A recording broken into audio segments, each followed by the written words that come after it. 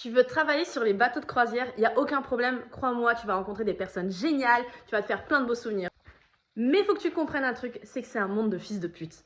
Je vais t'expliquer comment se faire virer d'un bateau de croisière, comment ça va se passer parce que je l'ai vécu et ça a été une véritable humiliation. Déjà, il faut que tu saches que se faire virer, c'est généralement par étapes. Sauf si tu vas agresser, tuer quelqu'un, là c'est direct. Sur les bateaux de croisière, on va d'abord te donner des avertissements. Donc la première étape, c'est l'avertissement verbal.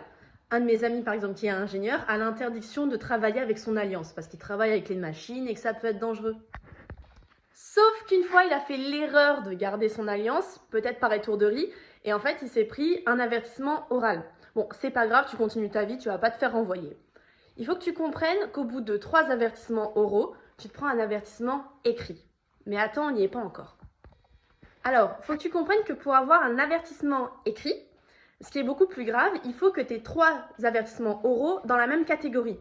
Ça veut dire que si par exemple on me voit 2 fois en train de courir dans le couloir, eh ben, on va me mettre 2 avertissements oraux.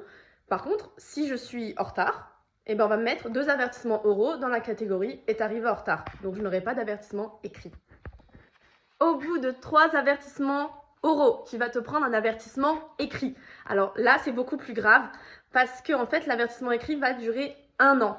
Ce qu'il faut que tu comprennes, c'est qu'au bout de 3 avertissements écrits, tu dégages. Alors, tu n'es pas renvoyé, mais on te ramène à la maison. C'est une sorte de suspension. Donc, il va falloir que tu attendes 1 an pour que le premier avertissement écrit disparaisse pour que tu puisses revenir. Sauf qu'on va passer à la catégorie supérieure qui est, en fait, tu es renvoyé. Et dans ce cas, tu peux être sûr d'une chose, c'est que si tu es viré, la compagnie ne te reprendra jamais. Je vais te raconter l'histoire de 2 de mes collègues, donc des danseurs américains, qui avaient fait un super contrat du début jusqu'à la fin. Sauf que le dernier jour de leur contrat, ils se sont dit « Allez, on va faire la fête ». Il faut que tu comprennes qu'en termes d'alcool, la tolérance sur un bateau de croisière, c'est 0,4 ou 0,5. Je crois que c'est 0,4. Et en fait, eux, ils sont montés à 5, 6, voire 7 pour l'un des deux. Mais il faut que tu comprennes que sur le bateau, il y a des contrôles. Moi, ça m'est jamais arrivé parce que je bois pas d'alcool et que tout le monde le sait. Et en fait, on les a testés. Et quand on s'est rendu compte qu'ils étaient complètement torchés, on les a jetés, on les a virés. Donc, ils n'ont plus, pour l'instant, l'autorisation de revenir sur la dite compagnie, que je ne citerai pas. Moi, dans mon cas, j'ai foiré. J'ai foiré parce que je suis bipolaire, borderline. Et quand j'ai voulu travailler sur le bateau de croisière, en fait, je n'ai pas assumé d'être bipolaire borderline. J'ai voulu le cacher. Sauf que peut-être à cause de l'excitation du moment, peut-être parce que je parlais trop, et effectivement, à un moment, je crois que j'étais en crise et malgré les médicaments, j'arrivais plus à me contrôler. J'ai balancé au médecin, lors d'une visite médicale, que je prenais des médicaments. Je me suis comportée comme une enfoirée envers moi-même et envers la compagnie parce qu'elle me faisait confiance. Je ne me suis pas respectée. Et 1 mois plus tard, je reçois une convocation et le papier dit « Vous êtes accusé de falsification, donc vous allez avoir un meeting avec le capitaine et c'est le capitaine qui va décider si oui ou non il vous garde. Donc soit vous prenez un avertissement écrit, donc moi je priais pour ça, soit en fait vous êtes viré. » Et en fait, on appelle ça le réveil à 6h du matin. Le réveil à 6h du matin, t'as une dernière chance, ok?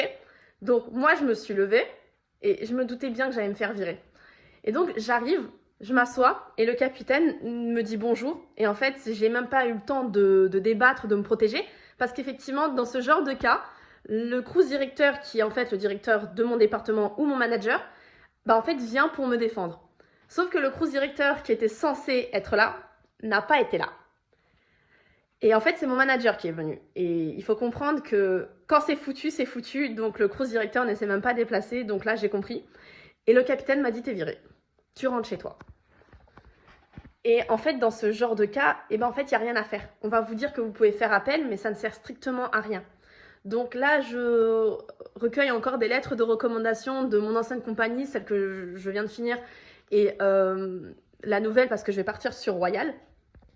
Mais ça va prendre un sacré temps avant que la toute première compagnie me reprenne.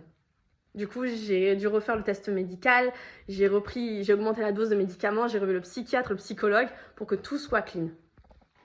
Juste, si jamais vous avez une condition médicale, que vous avez même des problèmes cardiaques, en fait, c'est pas grave. À partir du moment où vous pouvez prouver, de par des certificats médicaux, moi c'est ce que j'ai fait avec le psychiatre, que vous êtes apte au taf. Qu'est-ce qui se passe lorsqu'on se fait renvoyer?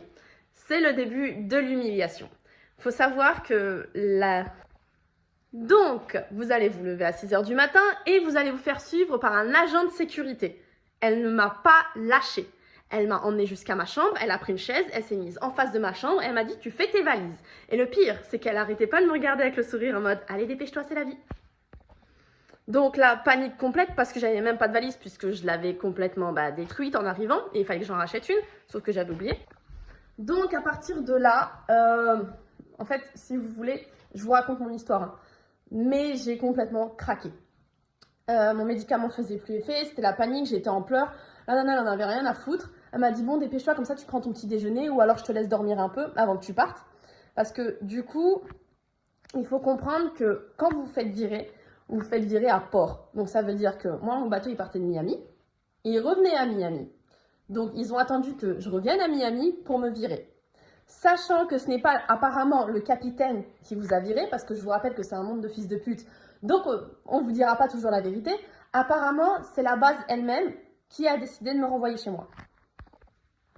Donc j'ai pris un sac de ma coloc, je lui ai posé en fait ses affaires sur la table et je suis partie. D'accord, ça ne se fait pas. Mais là, j'avais strictement rien du tout et je savais même pas comment obtenir un sac puisque la nana de la sécurité, elle m'a dit bah tu te démerdes, moi je sais pas. Donc après ça, je suis partie prendre mon petit déjeuner et je lui ai vraiment demandé ne reste pas à côté de moi, marche loin de moi, je veux prendre mon petit déjeuner seule à table parce qu'en fait moi c'était mon premier contrat donc je ne savais pas, mais pour ceux qui avaient déjà fait un contrat, eh bien, ils savaient parfaitement ce qui allait se passer pour moi et je n'avais pas envie d'avoir honte à ce point. Donc c'est ce qu'elle a fait. Elle est allée sur une autre table, elle ne me quittait pas des yeux et j'avais l'impression d'avoir tué quelqu'un. En fait, à partir du moment où vous faites virer, vous allez vous faire traiter comme la pire des ordures, comme un criminel, comme un moins que rien. Parce qu'en fait, c'est comme ça que fonctionnent les compagnies américaines, c'est tu es dépendante de moi, pas l'inverse. Donc c'est très différent de ce qu'on a en France. On n'a pas de syndicat, on n'a personne pour nous protéger, en tout cas sur les compagnies de croisière. C'est la compagnie qui aura toujours le dernier mot. Parce que aux États-Unis, si vous voulez, le boss est toujours au-dessus de l'employé. À partir de là, en fait, ce qu'il faut comprendre, c'est que quand une personne finit son contrat, elle va attendre au fumoir dans la salle de pause et elle viendra à l'heure prévue. Donc, c'était 9 h. Quand vous faites renvoyer, vous êtes mis en exposition. Donc, moi, on m'a dit, tu vois, en gros, le petit tabouret, enfin le banc qui est près de la sortie, tu prends ta valise et tu t'assois là-bas. En fait, c'est pour que tout le monde puisse vous voir.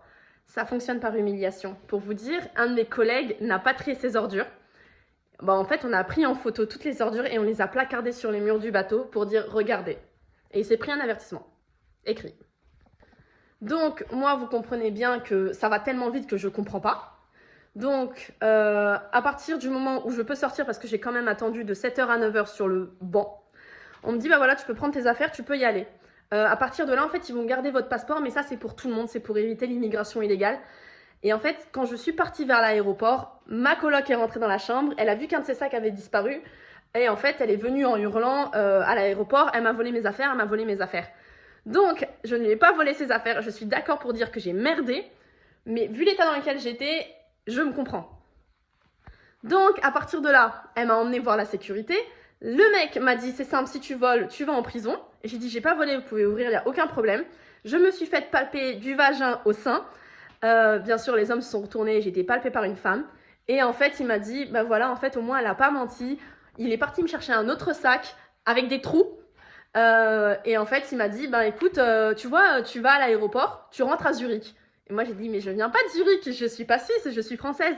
Et il m'a dit, oui, mais en fait, si tu vas à Zurich, tu peux prendre le train et tu rentres chez toi. Vous êtes la dernière des merdes. Je suis rentrée en France. J'ai regretté ce que j'ai fait. J'ai envoyé des messages. Je n'ai parfois pas eu de réponse ou parfois on m'a raccroché dans la figure. Et au final, il faut que vous compreniez une chose, c'est que quand je suis allée voir le directeur des ressources humaines, il m'a dit, écoute, tu vas prendre cette adresse mail et tu vas essayer de faire appel, mais tu as très peu de chances de revenir. Et en fait, il m'a donné une fausse adresse mail. Donc, quand j'ai eu la véritable adresse mail, la nana m'a expliqué, pour le moment, tu es encore accusé de falsification, tu ne reviendras pas dans un futur proche. Et on m'a clairement dit que j'avais merdé, que je ne reviendrai pas. Sauf que moi, je lâche pas l'affaire parce qu'à partir du moment où elle m'a dit futur proche, je vais réessayer peut-être dans 5 ans avec cette compagnie. Mais on verra. Quand on est sur un bateau de croisière, on a souvent l'impression qu'en fait c'est un jeu. Surtout que moi je viens d'un département où je joue avec les enfants.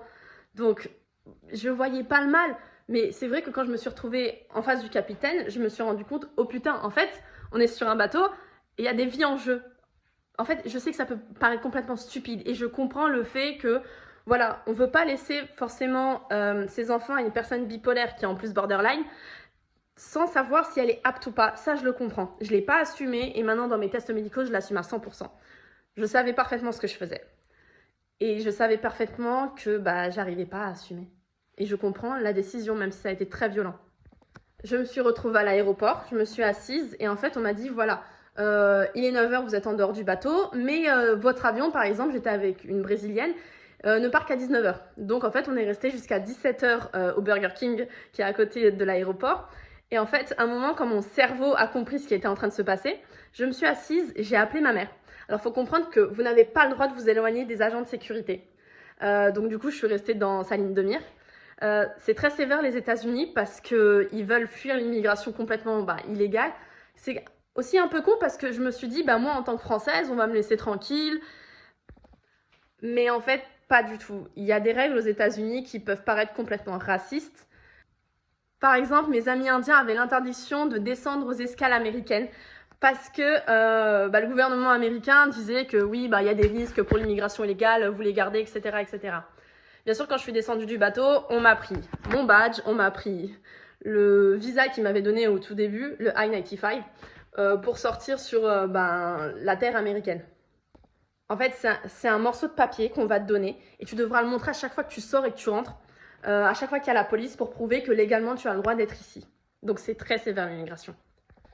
Donc j'arrive, je me fais encore suivre par cette fois-ci un nouvel agent de sécurité, il est tellement gentil le papy.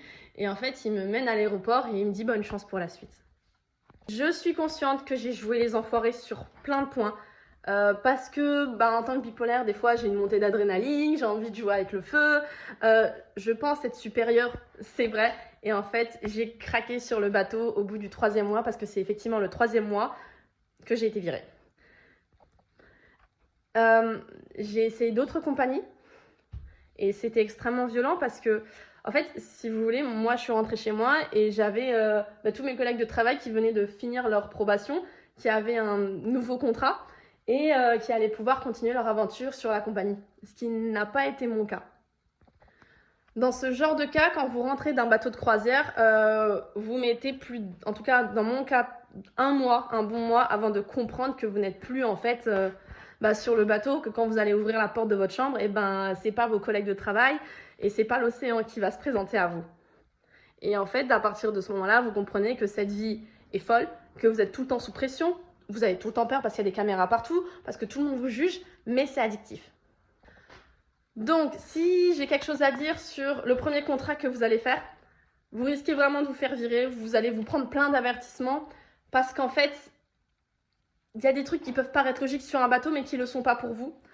C'est pas grave si vous vous faites virer, mais gardez en fait un contact avec la compagnie. Moi, je sais que tous les lundis, il y a un mail automatique qui part avec parfois des lettres de recommandation, des nouveaux tests psychiatriques envers la compagnie. Parfois, j'ai des réponses, parfois, je n'ai rien. Mais au moins, je garde un contact. Vous devez toujours tout assumer d'un point de vue médical. Vous devez prendre vos médicaments, vous devez le dire à la compagnie. Et en fait, si vous voulez, sur la compagnie, j'ai un ami par exemple qui a eu la diarrhée. Et effectivement, c'est très dangereux d'avoir la diarrhée sur un bateau de croisière. Et cet ami, c'était son premier contrat, il parlait pas forcément anglais. Et il a eu la diarrhée pendant 3 jours. Et pendant 3 jours, il s'est baladé dans le bateau, donc il a pu infecter plein d'autres personnes. Et en fait, il est parti à l'infirmerie, il s'est dit voilà, ça fait 3 jours que j'ai la diarrhée, je comprends pas. Il a été renvoyé. C'est pour ça que sur les bateaux, allez au sport, sortez, mangez correctement. Alors sur les bateaux, on va vous dire que la bouffe est dégueulasse, et c'est vrai. Par contre, en fait, ils vont vous donner beaucoup de riz blanc. Au début, je pensais que c'était parce qu'il y avait beaucoup d'Asiatiques. C'est con, hein, mais c'est quand même... Il y avait vraiment beaucoup d'Asiatiques, donc je me suis dit, je vais manger du riz comme eux. Mais en fait, le riz blanc évite la diarrhée. C'est des soirées spa, c'est le massage, bien sûr vous allez le payer, mais des soirées massage pour les membres d'équipage. Vous allez clairement devenir fou sur un bateau de croisière. Quand vous allez rentrer, moi, parce que quand je suis rentrée chez moi, j'ai vu la différence. J'avais une façon de me présenter, j'avais une façon de parler, j'avais une façon même de me laver ou de nettoyer ma chambre qui était limite hystérique. J'avais et j'ai toujours un planning de nettoyage. Donc voilà, je vais finir sur ça. Si on vous dit que travailler sur un bateau de croisière c'est merveilleux, c'est pas vrai. C'est violent. Vous allez travailler avec des enfoirés et pour des enfoirés. Et vous allez devenir une enfoirée parce que moi, mon comportement sur le bateau de croisière a extrêmement changé. Alors, je sais pas si c'est à cause du médicament, mais par moments, j'ai cru devenir cinglée. Mais c'est addictif. Voilà, maintenant, tu sais comment ça se passe, le renvoi sur les bateaux de croisière. Et si un jour ça t'arrive, je suis sincèrement désolée, mais trouve-toi une autre compagnie. Bien sûr, moi, je lâche pas l'affaire avec la première compagnie. Mais si vous voulez travailler, si vous voulez continuer de voyager, continuez d'envoyer des mails comme moi je le fais, avec des preuves que tout va bien, des lettres de recommandation sur par exemple 1, 2 ans, 3 ans, 4 ans, et en même temps travailler sur d'autres compagnies. Petit bonus, avant de vous faire signer, vous allez avoir des entretiens. Et en fait, moi, comme je travaillais sur la première compagnie dont j'ai été renvoyée et je suis partie sur la seconde compagnie m'a dit « Mais pourquoi tu veux pas rester sur la première compagnie ?» Parce qu'en plus, j'avais un meilleur salaire.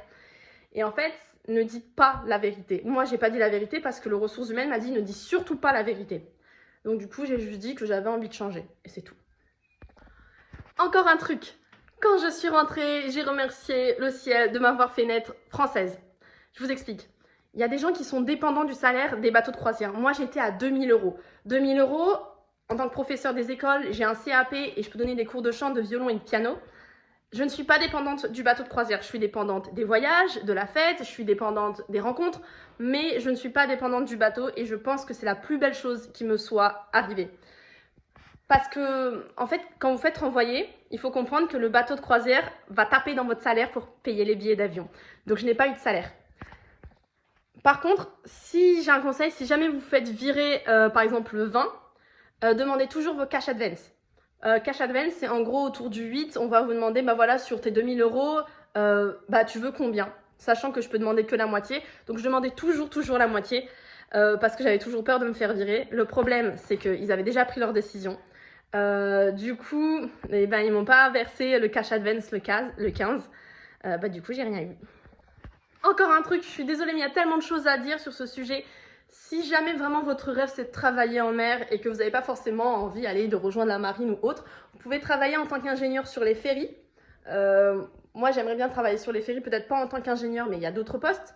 Vous pouvez travailler en tant que nounou sur les yachts. Moi je sais qu'avec les lettres de recommandation que j'ai, et ben je peux.